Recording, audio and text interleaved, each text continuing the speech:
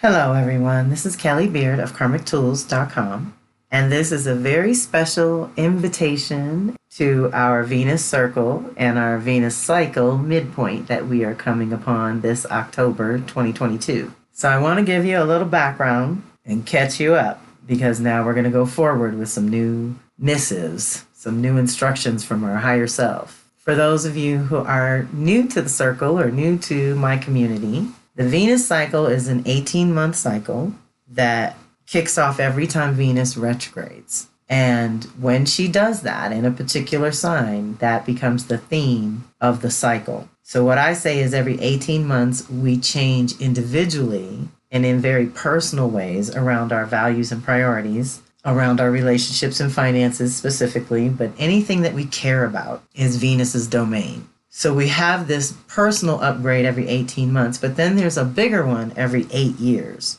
when Venus kind of goes back to these same places over and over and over. And as she travels through the sky, she creates this geometrically perfect 5-pointed star, which I'll share in the post called goodies so that you can get the visual of what I'm talking about. And basically, over recent years, those 5 points have landed in Aries, where we get to renew our identity and purpose. And then it went to Scorpio, where we renew our power and creativity. So imagine if you have a new identity and purpose, then that opens up new power and creativity. Once you have new power and creativity, she goes backwards in Gemini, which opens up all these new possibilities and choices and consciousness that needs an upgrade, right? That's what we just came through in 2020 last time she retrograded.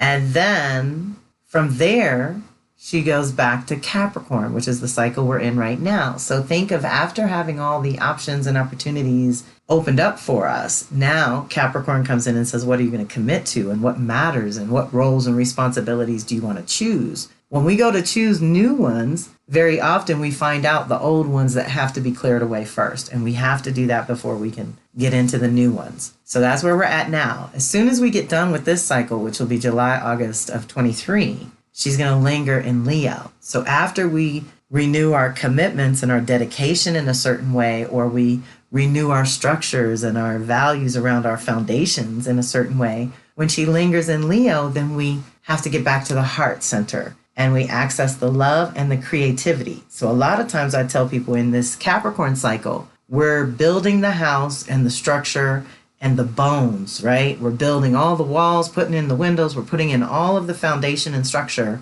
this cycle. And when she lingers in Leo and kicks off the next cycle, then the next 18-month cycle will be all about decorating that house, making it beautiful, putting your unique stamp on it, your authentic self shining through more because you're not weighed down by these old burdens and old obligations that you made, like I said, under duress or under different consciousness that doesn't apply now. So deep breath.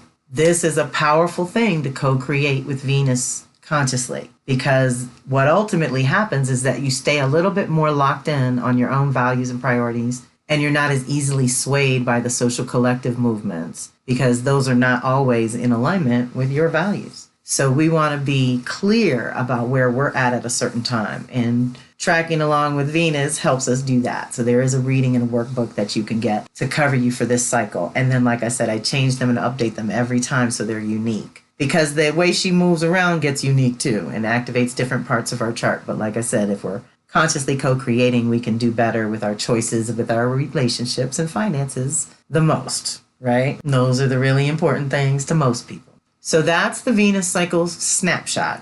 I encourage you to read the article that's linked in my blog. It's linked on my website. It's everywhere. And if you can't find it, just email me. Now we segue into the themes of this particular cycle. And we've already lived through the last 9 months of release work, guided by Capricorn and guided by archetypes and stories. That was our unique guidance for this cycle. So the archetype overall that we're tuning into is the inner engineer. And I'm going to make sure you have these goodies too in the post-call note from October 13th. We'll have the light and shadow of each of the primary archetypes. So we have the inner engineer, which is overall Capricorn theme. And then looking at it from a release standpoint, I put our inner slave was the archetype we were releasing because we want to break those chains of old roles and responsibilities. And the inner advocate is what we're reclaiming with Libra. So there's a PDF with those light and shadow bullets that'll be really good journal prompts and things for you to think about. And for my Venus circle, it's time to review. For all of us that have been following along, it's time to go back, check our notes, look at what's happened, and do our what we call the midpoint assessments is where we are now. The guiding story for release was the red shoes, as told by Clarissa Pinkola Estes in Women Who Run with the Wolves. That's a story about how we get into commitments and obligations that look like they're going to make our lives better, and really they make our lives worse, and they're toxic to our system, and they're not good for us. And we kind of settle for situations. It's kind of that old adage that says all that glitters ain't really gold. It just because it's shiny and pretty on the outside does not mean it's good for us on the inside. So we've been really digging up in that and then dealing with COVID madness and social collective changes and things like that have been a lot to deal with. But it's also helped us clear things out that might have taken longer under different circumstances. So we actually did some concentrated growth over the last 9 months of clearing. Whether you're with us or not, whether you know about the cycle or not, it doesn't matter. You too have been affected by Venus's travels through the sky and through your chart. Now you're just becoming aware that you've opened up these voids and spaces within you or your environment or your life, and the universe abhors a vacuum, so it's going to fill it with something. And so we either slip back into habits, old habits and things like that, or we consciously choose a new way to go.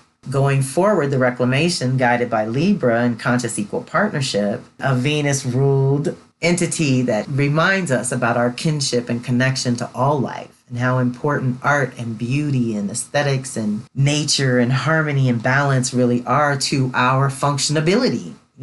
For humans to function well, we need balance, just like our planet.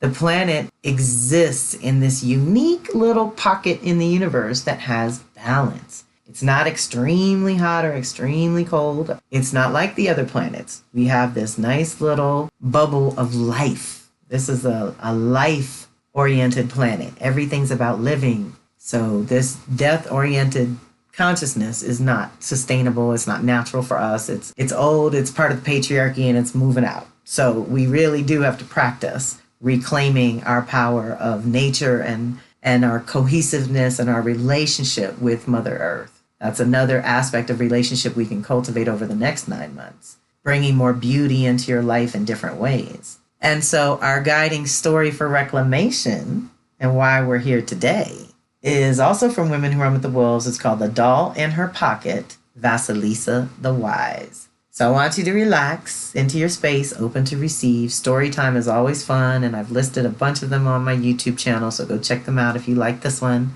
None of them are much longer than 20 minutes. They do activate your imagination and get you thinking in another direction, which is ultimately what we want these stories to do for us. But now that we've done so much release work and we're ready to reclaim our power in a certain way, this is what Spirit guided me to share with you as our foundation. It's out of the chapter 3, Nosing Out the Facts, the retrieval of intuition as initiation. And so we're all being initiated in our Libra department to be more independent and sovereign within the context of our relationships, partnerships, and collaborations. We're calling in, let's set the tone right now as we open to receive, reciprocal relationships, creative collaborations, profitable partnerships, conscious contracts, flourishing friendships, and constructive communities. Deep breath. That's what we're calling in over the course of the next 9 months. And we're going to use stories and archetypes to guide us each month. So that's another reason to join us in the Venus Circle. So this is our guidance going forward. Intuition is the treasure of a woman's psyche, of a person's psyche. That's your intuition. Men and women have it. It is like a divining instrument and like a crystal through which one can see with uncanny interior vision. It is like a wise old woman who is with you always, who tells you exactly what the matter is, tells you exactly whether you need to go left or right.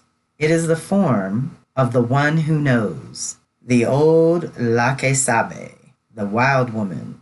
In the traditions, dedicated storytellers were always off under some psychic hill, up to their knees in story dust, brushing away centuries of dirt, digging under overlays of culture and conquests, numbering every fresco of story that they could find. Sometimes a story has been reduced to powder. Sometimes portions and details are missing or rubbed out. Often the form is intact, but the coloring is destroyed. But even so, every dig holds hope for finding an entire body of story intact and unbroken. The following tale is just such an incredible treasure. To my mind, the old Russian tale Vasalisa is a woman's initiation story with few essential bones astray. It is about the realization that most things are not as they seem. As women, we call upon our intuition and instincts in order to sniff things out.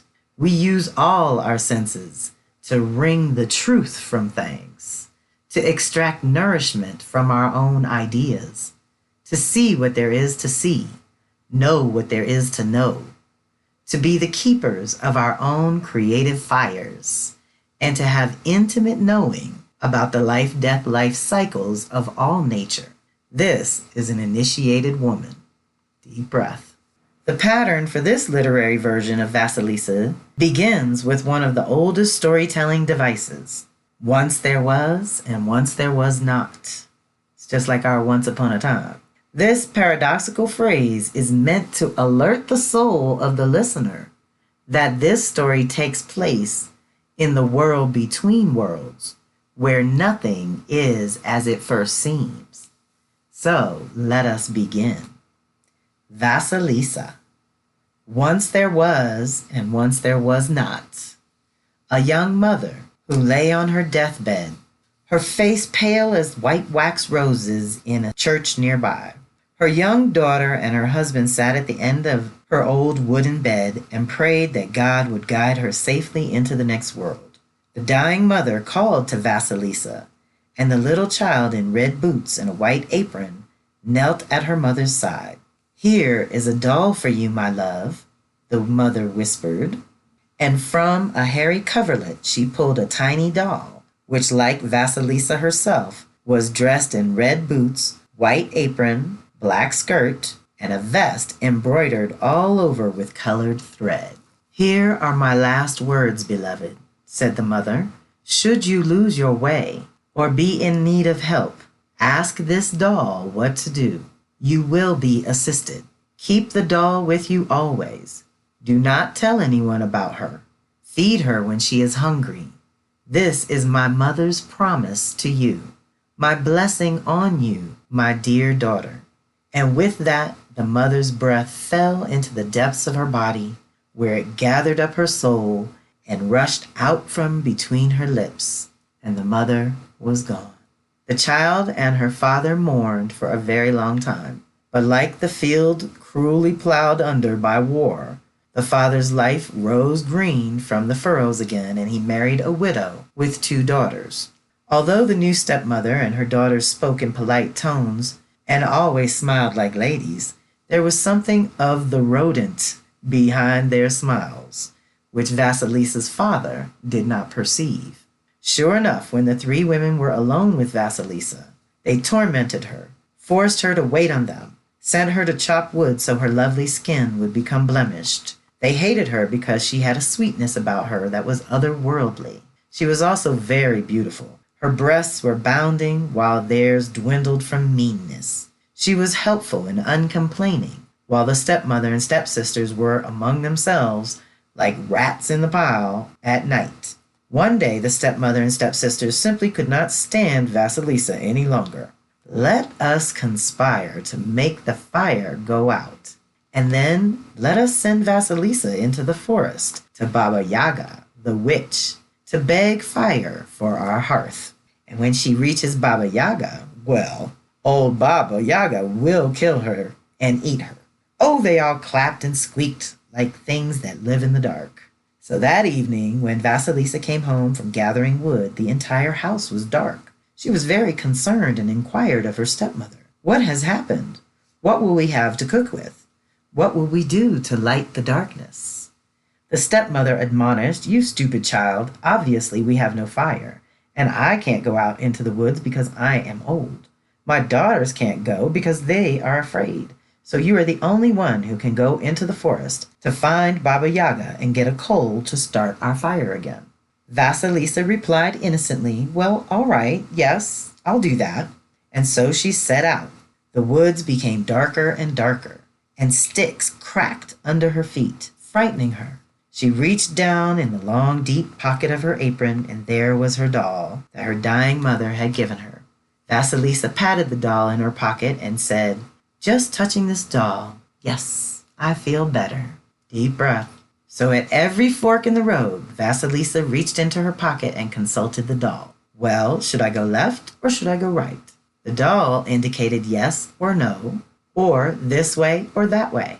And so Vasilisa fed the doll some of her bread as she walked and followed what she felt was emanating from the doll. Suddenly, a man in white on a white horse galloped by. It became daylight. Farther on, a man in red sauntered by on a red horse, and the sun rose. Vasilisa walked, and just as she came to the hovel of Baba Yaga, a rider dressed in black came trotting on a black horse and rode right into Baba Yaga's hut. Swiftly, it became night. The fence, made of skulls and bones, surrounding the hut began to blaze with an inner fire, so that clearing there in the forest glowed with an eerie light. Now, the Baba Yaga was a very fearsome creature.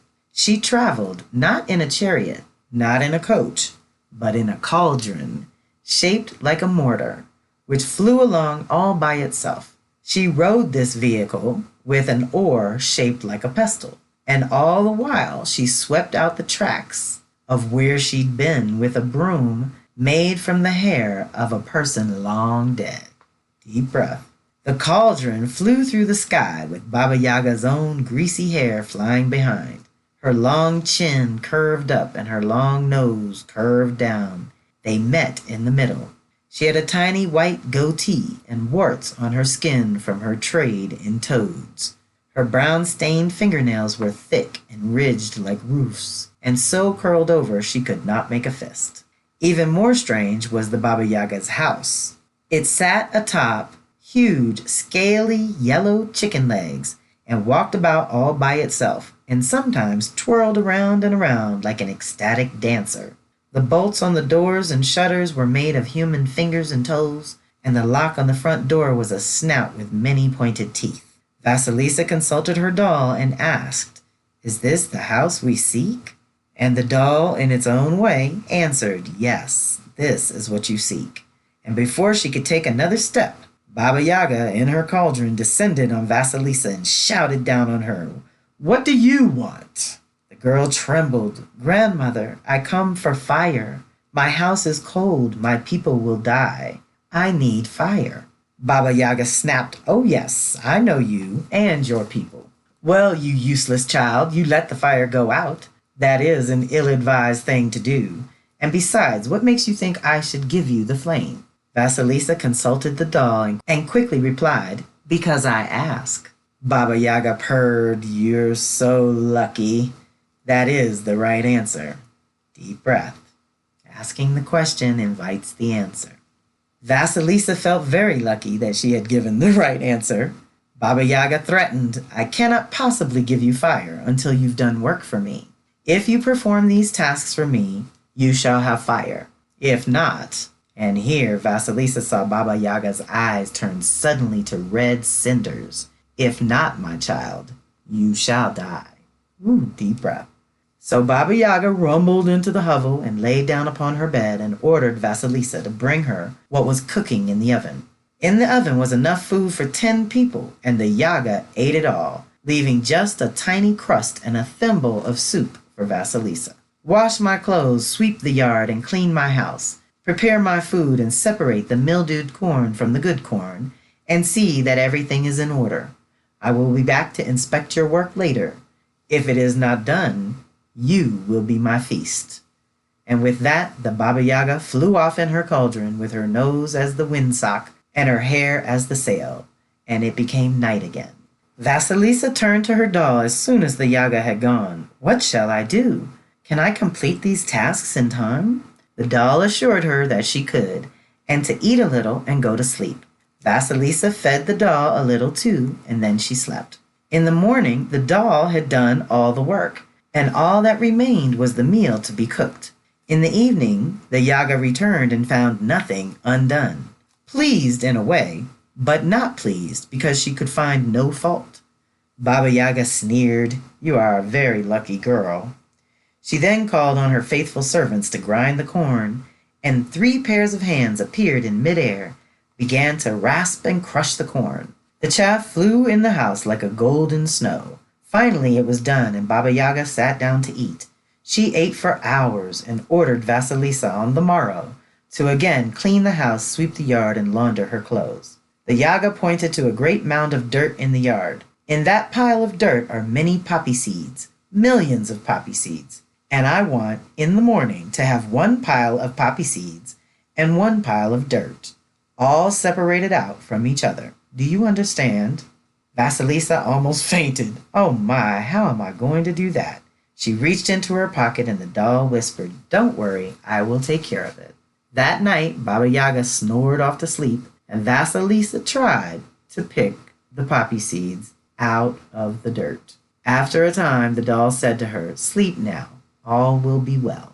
Again, the doll accomplished these tasks, and when the old woman returned home, all was done.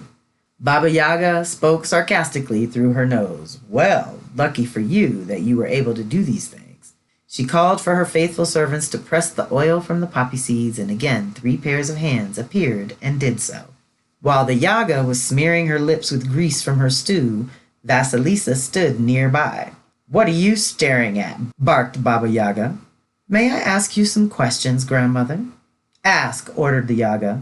"But remember, too much knowledge can make a person old too soon." Vasalisa asked about the white man on a white horse. "Aha," said the Yaga fondly. "That first is my day." "And the red man on the red horse?" "Ah, that is my rising sun." "And the black man on a black horse?" "Ah, yes, that is the third, and he is my night." "I see," said Vasalisa. Come, child, wouldn't you like to ask more questions?" wheedled the Yaga. Vasalisa was about to ask about the pair of hands that appeared and disappeared, but the doll began to jump up and down in her pocket, so instead, Vasalisa said, "No, grandmother. As you yourself say, to know too much can make one old too soon." "Ah," said the Yaga, cocking her head like a bird.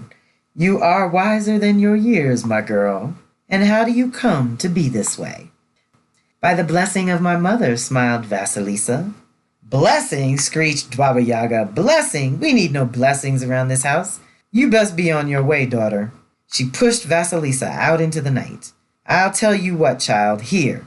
Baba Yaga took a skull with fiery eyes from her fence and put it on a stick. "Here, take this skull on a stick home with you. There's your fire. Don't say another word. Just be on your way." Vasalisa began to thank the Yaga, but the little doll in her pocket began to jump up and down, and so she realized that she must just take the fire and go. She ran for home through the dark forest, following the turns and twists in the road as the doll told her which way to go. Vasalisa came through the forest carrying the skull with the fire blazing from its ear, eye, nose, and mouth holes. Suddenly she became frightened of its weight and its eerie light, and thought to throw it away. But the skull spoke to her and urged her to calm herself and to continue toward the home of her stepmother and stepsisters. So this she did. As Vasalisa came nearer and nearer to her house, her stepmother and stepsisters looked out the window and saw a strange glow dancing through the woods. Closer and closer it came. They could not imagine what it could be. They had decided that Vasalisa's long absence meant that she was long dead by now, and her bones dragged away by animals and good riddance. But Vasalisa advanced closer and closer to home, and as the stepmother and stepsisters saw that it was her, they ran to her, saying that they had been without fire since she left, and no matter how hard they had tried to start one, it had always went out.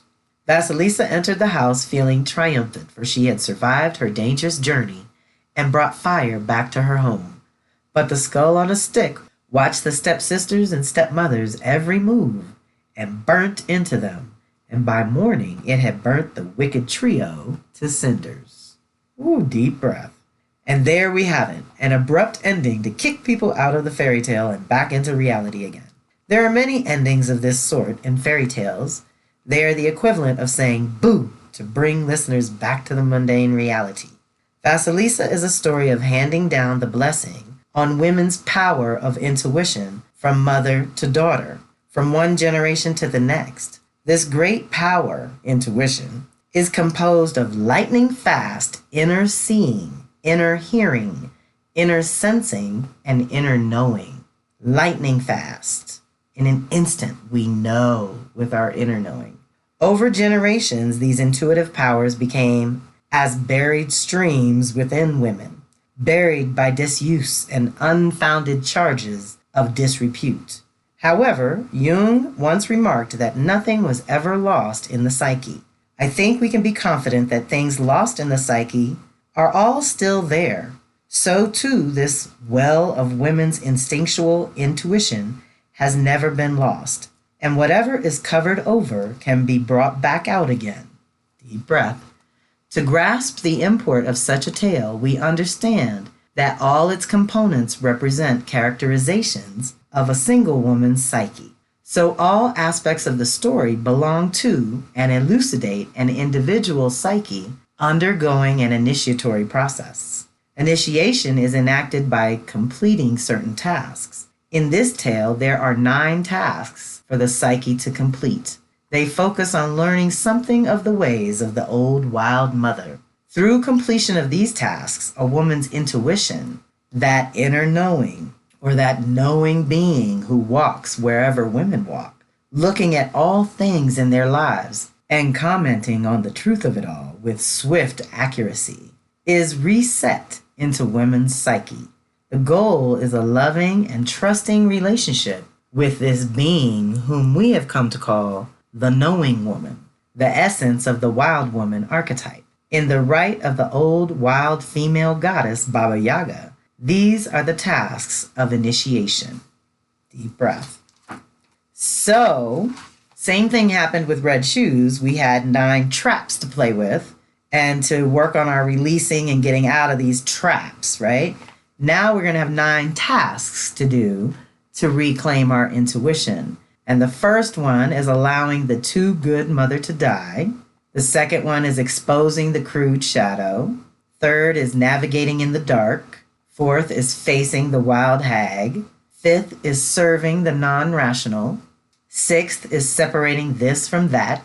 Seventh is asking the mysteries. Eighth is standing on all fours. And ninth is recasting the shadow, which I thought would be perfect because we will be reclaiming at Leo right before it goes retrograde. And we want to, let's say, upgrade our light, the light that we'll be shining forth going forward after we go through these tasks and reclaim our wisdom at new levels. So I hope you will consider joining us on Thursday, October 13th at 8 p.m. Eastern, which is 5 p.m. Pacific, for a live Zoom where I will go over the midpoint and all the energies that we're reclaiming, starting with the Venus and Sun contact of October 22nd. So that's why we're getting together on the 13th, so you have plenty of time to listen to the replay and do what you got to do to set yourself up for any intention setting you want to do to kick off 9 months of reclaiming new values and priorities going forward. So reach out with any questions. Thank you so much for listening and being part of my community. This is Callie Beard of Karmic Tools signing off.